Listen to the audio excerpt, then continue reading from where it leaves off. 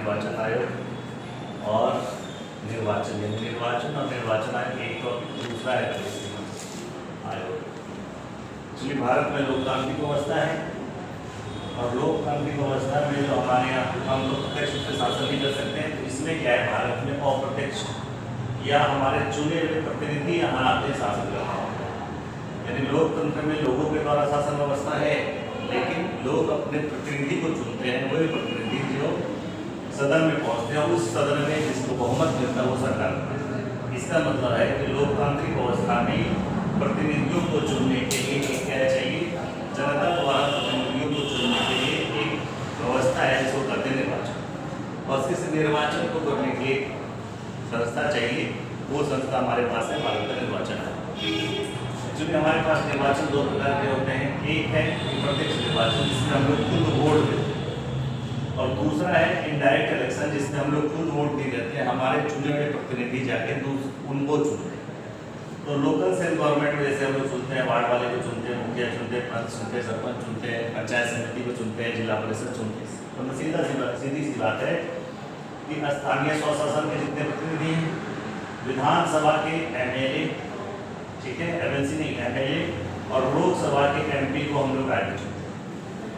दूसरी तरफ क्या है, भारत के राष्ट्रपति, भारत के उपराष्ट्रपति, राज्यसभा के सदस्य, विधान परिषद के सदस्य, इनको चुनना ये डायरेक्ट, इनका इलेक्शन डायरेक्ट नहीं होता। ये जो हमारे चुने हुए प्रतिनिधि होते हैं, उनका सबका अलग अलग निर्वाचन मंडल होता है। जैसे राष्ट्रपति के चुनाव में कौन भाग करते हैं, तो लोकसभा विधानसभा और राज्यसभा के जो प्रतिनिधि होते हैं, इलेक्टेड मेंबर, वो भाग करते हैं। उसी तरह अलग अलग चीज़ है। और राज्यसभा में से कौन भाग लेते हैं, जो हमारे द्वारा चुने हुए एमएलए हैं वो वोट देते हैं, ये बात करता है। यानी दो प्रकार का इलेक्शन है, एक इलेक्शन जहाँ डायरेक्ट जिसमें हम लोग वोट देते हैं, एक इलेक्शन जिसमें हम लोग वोट नहीं देते हैं, हमारे चुने हुए प्रतिनिधि होते हैं वो वोट। तो स्थानीय स्वशासन के जो मेंबर है उसको हम लोग चुनते हैं, एमएलए को हम चुनते हैं, एमपी को हम चुनते हैं। राष्ट्रपति, उपराष्ट्रपति, राज्यसभा और विधान परिषद के सदस्य को डायरेक्ट जनता नहीं चुनती। इस तरह से चुनाव होता है। जो डायरेक्ट इलेक्शन होता है वो होता है first part of post system के आधार, यानी बहुमत के आधार। ऐसे समझिए सीधी बात होगी कि जो सबसे आगे है भीड़ में वो ही क्या हो सकता है, वो उनकी जीत हो जाए। परसेंटेज नहीं कर सकता, नहीं कितना परसेंट वोट है। और प्रत्यक्ष चुनाव जितना होगा वो चुनाव होता है पीआर विद स्टेट सिस्टम, यानी आप हिंदी में इसको बोलते हैं समानुपातिक प्रतिनिधित्व और एकल संख्यीय वोट, इसके द्वारा इसका इलेक्शन होता है। ये भी आपको समझा दिया है पहले, बाद में समझाएंगे फिर इसका। तो हमारे ये कहने का तात्पर्य है कि लोकतंत्र में शासन व्यवस्था को स्थापित करने के लिए निर्वाचन और निर्वाचन आयोग की महत्वपूर्ण भूमिका होती है। जब तक एक स्वायत्त निर्वाचन आयोग नहीं होगा और इस तरह से फेयर इलेक्शन नहीं होगा, तब तक हमारे लोकतंत्र में जाएगा में या लोग चुनकर इस तरह से जाएंगे। तो फिर हमारे यहाँ एक आयोग की व्यवस्था की।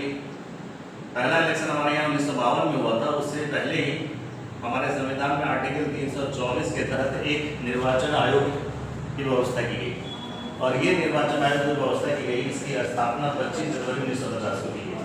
इसलिए 25 जनवरी को मतदाता दिवस के रूप में हम लोग मनाते हैं। चलिए आयोग क्या है, फिर आप जानते हैं कि ये आयोग जिसमें 324 में इसकी स्ट्रक्चर या संरचना के बारे में बताती है कि संसद जो नियम बनाएगी उस नियम के आधार पर ये संरचना होगी। इसमें तय था कि एक चीफ कमिश्नर होगा, यानी मुख्य आयुक्त होगा। अन्य आयुक्त कितना होगा, ये समय पर कौन नियम बनाएगा, संसद से नियम बना। 1950 से लेकर 1989 तक, 1950 से लेकर 1989 तक केवल एक चीफ कमिश्नर इलेक्शन को हैंडल करना।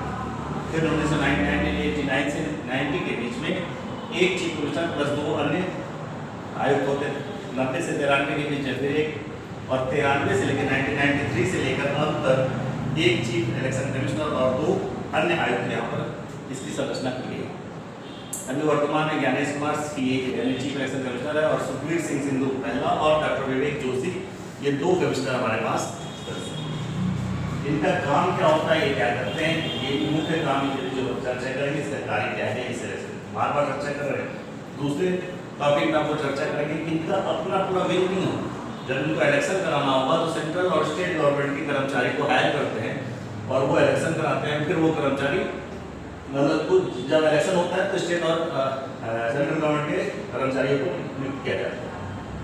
फिर इनका सचिवालय कहाँ, जहाँ से काम करेंगे, इनका सचिवालय केंद्र और दिल्ली में, नई दिल्ली में, जहाँ निर्वाचन आयोग या भारत का निर्वाचन आयोग।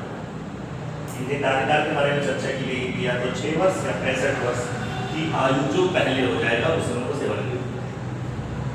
इसकी योग्यता से संबंधित संविधान में कोई संदर्भ नहीं दिया गया है, तो आप इसको हटाएंगे तो नियुक्ति के बारे में नियुक्ति कौन करेंगे? राष्ट्रपति। और इसके हटाने संबंधी जो प्रावधान किए गए हैं, ये 2 प्रावधान आपको समझाने का प्रयास किया जा रहा है। चीफ इलेक्शन कमिश्नर को उसी तरह हटाया जा सकता है जिस तरह से सुप्रीम कोर्ट के न्यायाधीश को हटाने का प्रावधान न रखा। दूसरी, जो 2 अन्य आयोग हमारे पास है, उस 2 अन्य आयोग को चीफ इलेक्शन कमिश्नर के सुझाव पर या उसके चीफ इलेक्शन कमिश्नर के सिफारिश पर राष्ट्रपति के द्वारा अन्य न्यायाधीश को हटाया जा सकता है। तो ये इसकी संरचना थी। फिर आगे चर्चा करते हैं कि इलेक्शन हमारे यहाँ जो होता है वो उसमें आखिर वोट कौन है? आप लोग और हम लोग को जो वोटिंग अधिकार प्राप्त हो गया है, ये आसानी से प्राप्त हो गया है कब? अभी भी यूरोप में 90 के दशक में इलेक्शन का अधिकार लोगों को नहीं मिल पा रहा। आर्टिकल 326 में 326 में हमारे यहाँ दिया गया वयस्क मताधिकार के आधार पर वोट, यानी जो वयस्क मताधिकार की आयु अलग अलग है। अभी जो 18 वर्ष से ऊपर है और मतदाता सूची में नाम डाल दिए वो वोट देने का अधिकारी मिल जाए। पहले ये उम्र कितना था? 21 वर्ष था। और बाद में 61वां संविधान के संशोधन 61वां संविधान संशोधन 1989 के द्वारा इसकी आयु बढ़ाकर वृद्धि कर दी गई 18। अब 18 वर्ष से ज़्यादा यानी जिनकी उम्र 18 वर्ष हो गई, मतदाता सूची में नाम चाहिएगा, वो वोटिंग का अधिकार उसको मिल जाता है। इसमें से जो प्रत्यक्ष मतदान है केवल उसमें वोटिंग का अधिकार, और प्रत्यक्ष मतदान तो निर्वाचन मंडल अलग। ठीक है। फिर 329 में क्या कहा गया? आर्टिकल 329 में कहा गया निर्वाचन संबंधी विषय कौन बना सकते हैं? संसद या विधानमंडल लोकल सेल्फ गवर्नमेंट से संबंधित जो नियम है वो बनाते हैं और प्राय नियम संसद के द्वारा बनाया। इससे जी ये जो इलेक्शन कमीशन है या इलेक्शन कमीशन अपलोसन है, इनका काम क्या होता है? तो जो वोटिंग लिस्ट होता है कि वो वोटर कौन है इनका सूची तैयार करना। दूसरा, इलेक्शन के डेट को लेकर क्लियर करना। तीसरा, राजनीतिक दल, ये अलग टॉपिक है, इसका चर्चा बातें करेंगे। कोई भी राजनीतिक दल है उसकी मान्यता आगे चर्चा करेंगे कि राष्ट्रीय राजनीतिक दल है या राज्य स्तरीय दल है या क्षेत्रीय दल है या अन्य दल है, इस दल की मान्यता और इसके चिन्ह क्या प्राप्त होंगे इसको दिया। राज्य में जो निर्वाचन आयोग है, इस निर्वाचन आयोग से वो स्वायत्त होता है। उस राज्य का निर्वाचन आयोग भारत के निर्वाचन आयोग से कुछ लेना देना नहीं होता है। राज्य का निर्वाचन आयोग जो 243 एक्सटेंशन में पढ़ते हैं IRA में, वो केवल कौन सा इलेक्शन कराएगा? ये स्थानीय शासन का इलेक्शन कराएगा, लोकल सेल्फ गवर्नमेंट का इलेक्शन कराता है। ठीक है। यानी हमारे पास भारत में ये जो चुनाव प्रणाली है, ये इस तरह से हमारे पास लोकतंत्र की व्यवस्था को स्थापित करने के लिए कार्य। लोकतंत्र क्या है हमारे यहाँ?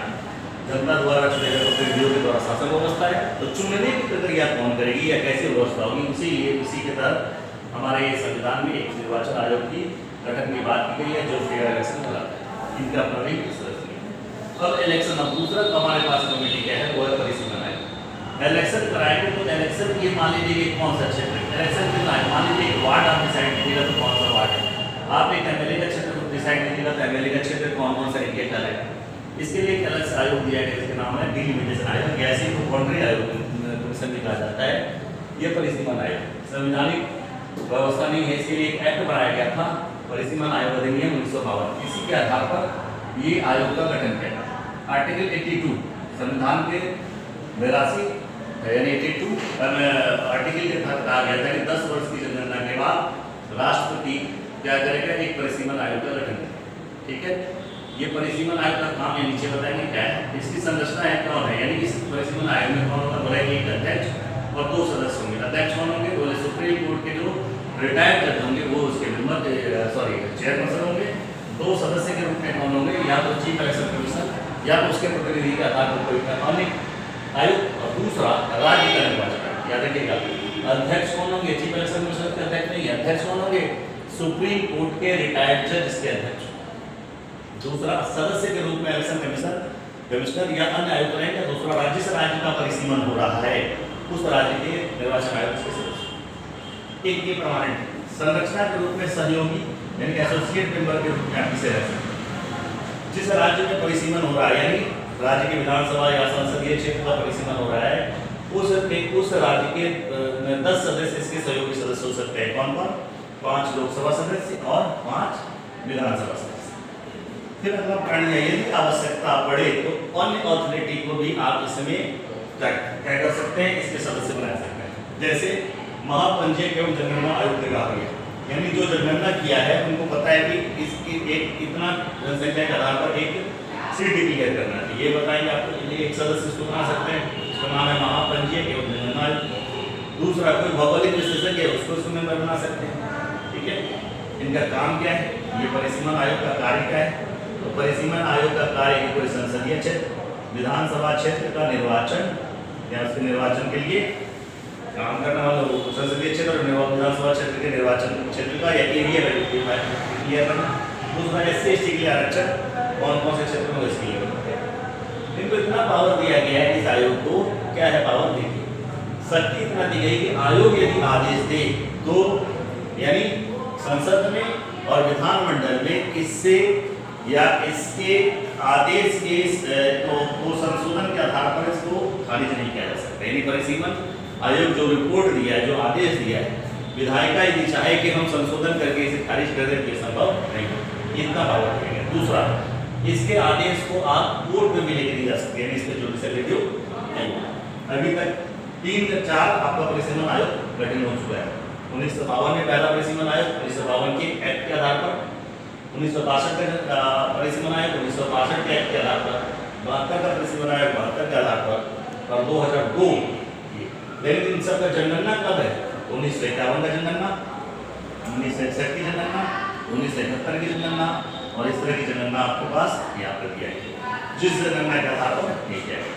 अब आप जानते हैं कि जब अभी तक जो हमारा सीट है वो 1971 की जनगणना के आधार पर 42वां और 84वां संविधान संशोधन के तहत 1971 में जिस जनगणना के आधार पर मान लीजिए 545 लोकसभा का और बिहार मान लीजिए 245, ये 2026 तक इसी तरह है, ठीक है। तो 2 टॉपिक अभी आप पढ़े, भारत निर्वाचन और निर्वाचन आयोग और दूसरा परिसीमन।